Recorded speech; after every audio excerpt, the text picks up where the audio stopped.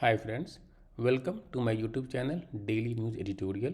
In this channel, we regularly cover editorial page section of newspaper. In today's video, I will be covering the Hindu newspaper editorial page article dated 26th of August, that's today. This article is about Afghanistan and Taliban and India. So let's begin. A Taliban outreach that needs correction. The overwhelming narrative to engage with the Taliban must change, which will lead to the budding of policy options. Very few, if any, might have been surprised when the Taliban unleashed violence to take over territories in Afghanistan. What has surprised many is the pace at which Taliban pushed their lines and replaced the Afghan state.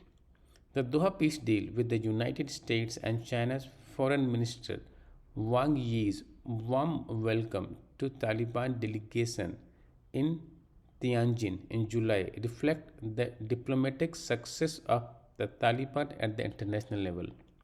Almost all regional stakeholders at this point are engaging with the Taliban openly or behind closed doors.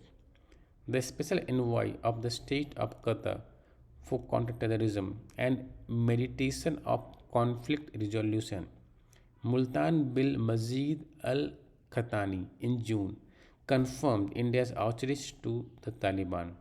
Now that the Afghan state has failed, the Taliban is the most powerful political entity.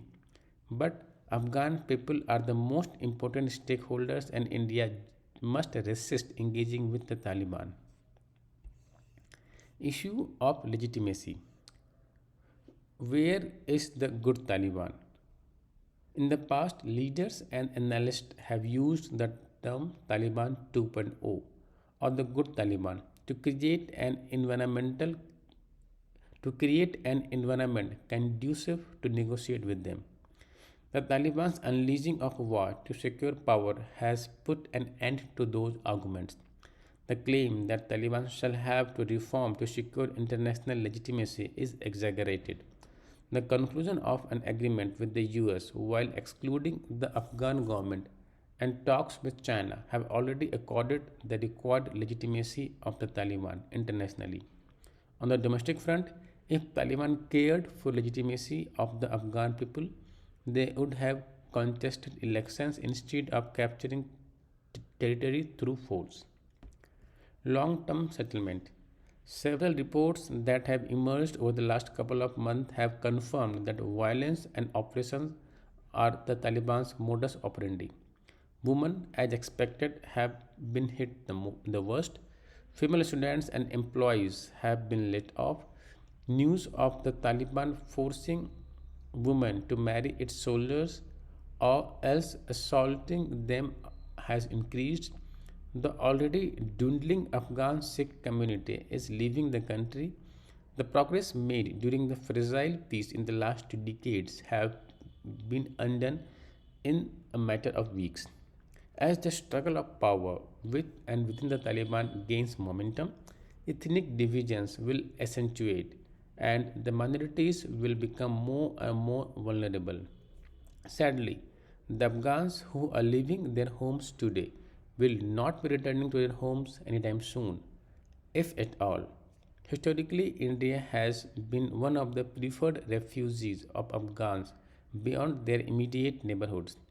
First, nations must see refugee as their responsibility rather than a burden. This shall involve rapid processing of visa applications and ensuring safe routes to commute.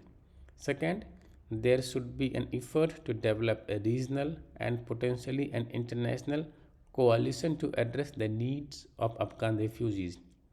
An active policy to provide shelter, education, vaccination, and employment opportunities instead of sending them to congested, unhygienic, and then ignored refugee camps is needed.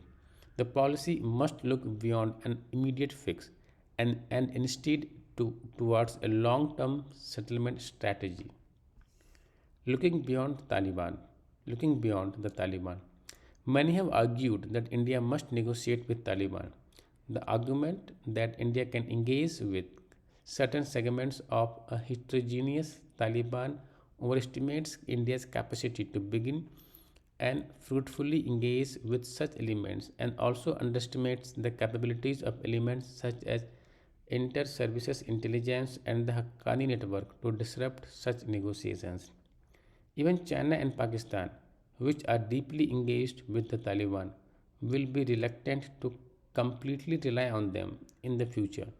US President Joe Biden, while addressing the drawdown from Afghanistan based on the deal with the Taliban, stated that he does not trust them. Therefore, the claim that India, so far a peripheral party, can plan its Afghan policy or security in Kashmir based on Taliban assurance is not sound. As far as terrorism in Kashmir is concerned, Professor Rajesh Rajagopalan rightly argues we don't have a Taliban problem but a Pakistan problem. The domestic efforts to reconcile differences with the local Kashmiris shall go a longer way than relying on the Taliban. Irrespective of that, we must remember that a Pakistan controlled and a Taliban led Islamic Emirate is against the interest of a Shia dominated Iran.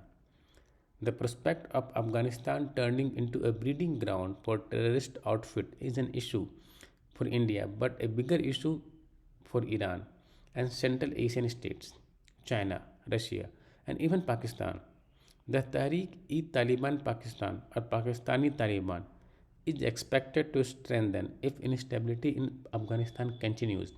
Therefore, there is an area of convergence amongst the parties if they seek to work together. Further, it is naive to believe that other regional states would be comfortable with Pakistan having complete control over the future of Afghanistan. Taliban may itself seek greater autonomy from Rawalpindi as its grip over Afghanistan tightens. Then and now, the overwhelming narrative to engage with Taliban reflects the hegemony that men and realists hold in security analysis. There is a need to diversify the discourse. This will automatically lead to the budding of new policy options in Afghanistan. A policy that is ignorant or unconcerned of its consequences for women and minorities is not worth pursuing. One must remember that the Taliban's rise in 2021 is not like its rise in 1996. Muhammad Omar enjoyed a certain level of popularity amongst Afghan as he led the Taliban to oust the warring Mujahideens in 1996. In 2001, the median age of Afghan population is 18.4 years. Most of them have come up in a far more progressive environment than the Taliban's rule. The resistance has already begun in Panjshir. Afghan citizens will continue to resist. So must we. Chetan Rana is a PhD research scholar, diplomacy and disarmament, Center for International Politics, Organization and Disarmament, Jawaharlal Nehru University, New Delhi. That's the end of this article. If you like my video, please subscribe, like and comment. Thank you.